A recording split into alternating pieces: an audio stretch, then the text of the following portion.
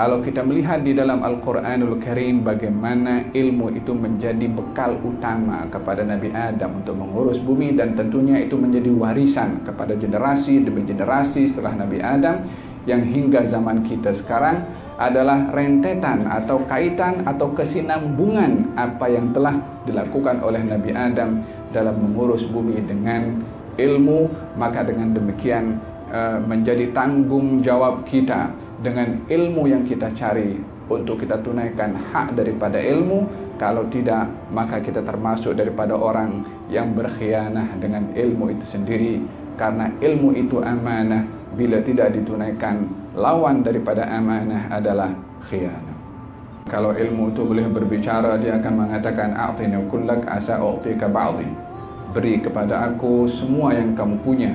Ilmu itu kalau berbicara akan berbicara seperti itu, katanya a'tini kullak asa u'tika ba'dhi, beri kepada aku semua yang kamu punya, aku beri kepada kamu sedikit daripada apa yang aku ada. Sebab ilmu itu luas. Kalau diberi semua tak ada, ilmu ini mahsur kepada satu orang. Akan tapi diagihkan oleh Allah Subhanahu wa taala supaya saling memerlukan satu dengan yang lain. Doktor perlu kepada ulama, ulama perlu juga kepada doktor.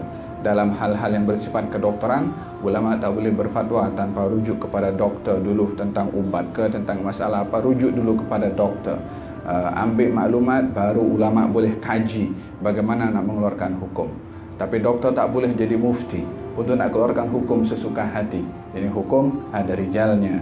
Ini ilmu agama ada orang-orangnya. Jadi doktor rujuk kepada ulama tentang hukum macam mana, kalau kes macam ini macam mana. Wahakala satu dengan yang lain saling memerlukan. Oleh sebab yang demikian, bila kita berbicara tentang ilmu, adalah ilmu ini amat luas yang hanya dimiliki oleh Allah Subhanahu wa taala, yang tiada sempadan bagi ilmunya Allah Subhanahu wa taala. Kata Nabi Khidir mengatakan kepada Nabi Musa alaihi wa ala nabiyina afdhalus salatu wassalam, ketika mereka berjalan berdua naik perahu, kemudian nampak seekor burung hinggap di perahu dan minum air. Kata Nabi Khidir, wahai Musa, ilmu aku dan ilmu kamu berbandingkan dengan ilmunya Allah adalah umpama burung tadi ambil sikit ada daripada air dan dia terbang. Itulah ilmu aku dan kamu. Lautan ini adalah ilmunya Allah Subhanahu wa taala.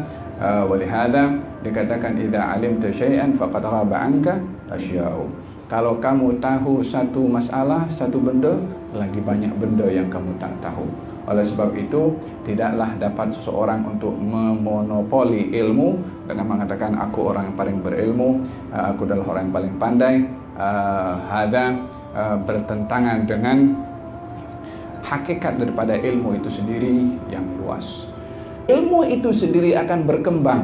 Ini menjadi cabaran kepada kita orang-orang yang belajar ilmu untuk mengetahui perkembangan zaman, supaya apa yang Allah Subhanahu wa taala firmankan dan apa yang disabdakan oleh Nabi relevan di setiap zaman. Sebab yang ciptakan zaman ini dan zaman akan datang serta zaman yang terdahulu adalah Allah juga. Ketika dijadikan kitabnya itu sebagai kitab alal abad sampai selama-lamanya, menerokai zaman dan generasi yang bertukar, pastinya akan berkesesuaian dengan setiap zaman yang berubah. Tidak mungkin Allah tidak tahu apa yang berlaku zaman ini sehingga firman-Nya itu hanya berlaku pada zaman Nabi Muhammad SAW, sementara beliau itu diutus oleh Allah Subhanahu wa taala sebagai khatamun nubuwah, sebagai penutup kepada para nabi dan untuk semua umat setiap masa. Wa ma arsalnaka illa rahmatan lil alamin.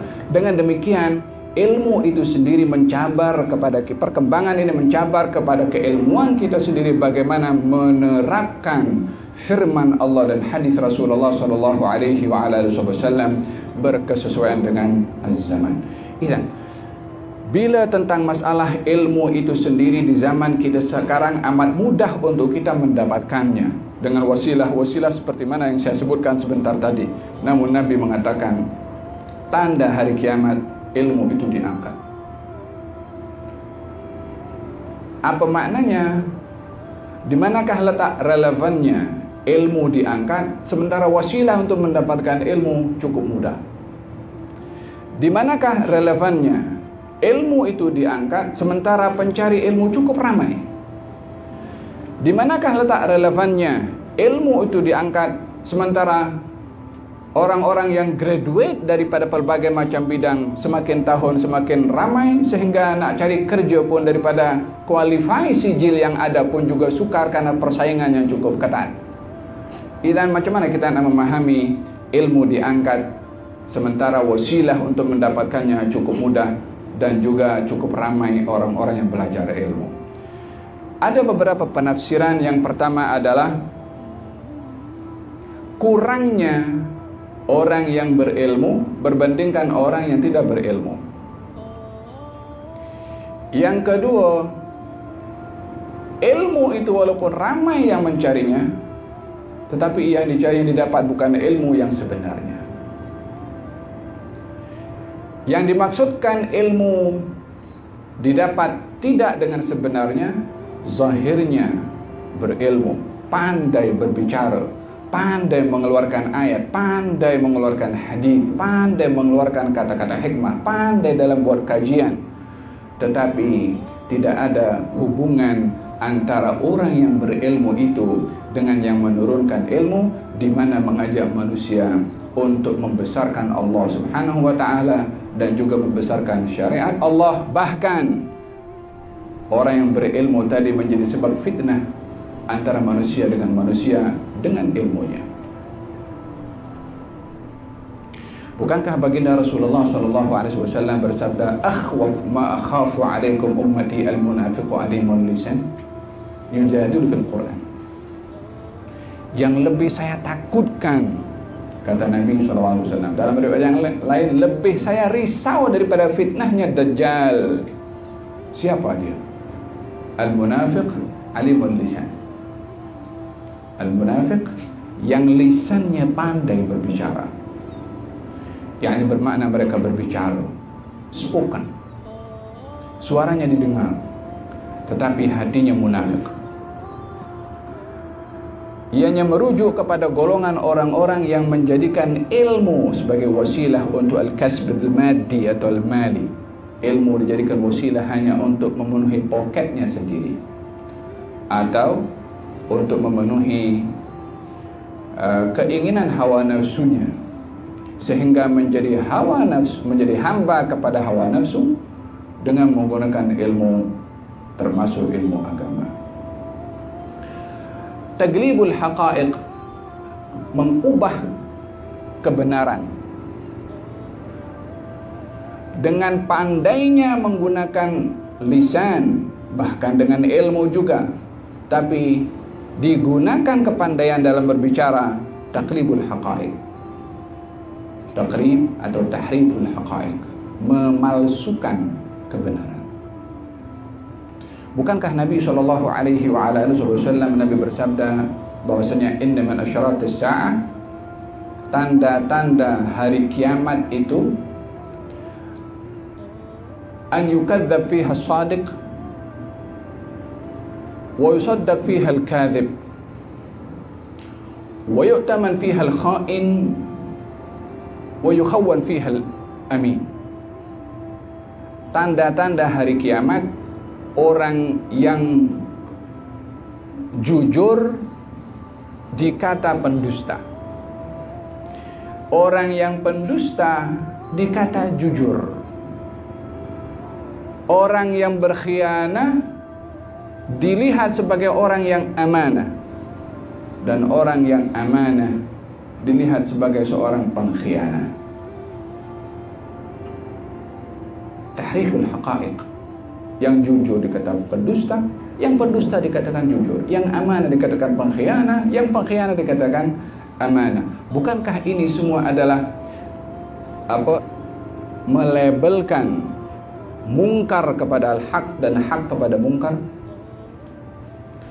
Bukankah ketika mengubah hakikat itu sendiri atau kebenaran, dia menggunakan dalil, dia menggunakan hujah, baik itu hujah aqliyah atau sebaliknya. Di zaman Nabi SAW, baginda ketika mengajak kepada orang-orang Quraisy untuk beriman kepada Allah Subhanahu wa taala, katanya, adakah kamu akan mengajak kami beriman kepada Tuhan yang satu? Kamu jadikan Tuhan yang banyak ini menjadi satu, padahal yang benar satu. Justru yang benar itu dianggap pelik, dianggap tidak benar. Adakah Tuhan yang banyak kamu nak jadikan satu, padahal yang salah kan Tuhan yang banyak. Tapi yang salah dilihat betul, yang betul dilihat salah. Hal seperti ini yang berlaku di zaman Nabi SAW di dalam mengubah kebenaran sehingga dituduh kebenaran itu. Bukankah Fir'aun ketika mengatakan kepada orang-orang yang bersama dengan Fir'aun, dikatakan, adakah kamu akan membiarkan Musa melakukan kerosakan di atas muka bumi? Yang melakukan kerosakan di atas muka bumi masih itu siapa? Yang membunuh anak-anak tak berdosa siapa? Yang menghina wanita-wanita di zaman itu siapa? Yang memperhamba Bani Israel pada waktu itu siapa? Yang mempunyai hukum diktator sehingga menyiksa kepada manusia yang dilahirkan dalam keadaan bebas siapa? Yang zalim siapa? Fir'aun. Tetapi dibalik dituduhkan kepada orang lain, adakah kamu akan membiarkan Musa melakukan kerosakan di atas muka bumi? Apa yang dilakukan oleh Nabi Musa? Mengajak beriman kepada Allah, adil, membiarkan manusia bebas, memberikan haknya kepada manusia, jangan bunuh anak-anak. Justru yang hak dilihat batil, yang batil dilihat hak. Bukankah baginda Rasulullah dituduh macam-macam dengan tuduhan penyair, penyihir, pendusta, taklibul haqaiq? Di zaman itu ada dan berterusan konsepnya daripada pihak-pihak tertentu untuk mengelirukan dengan menggunakan ilmu.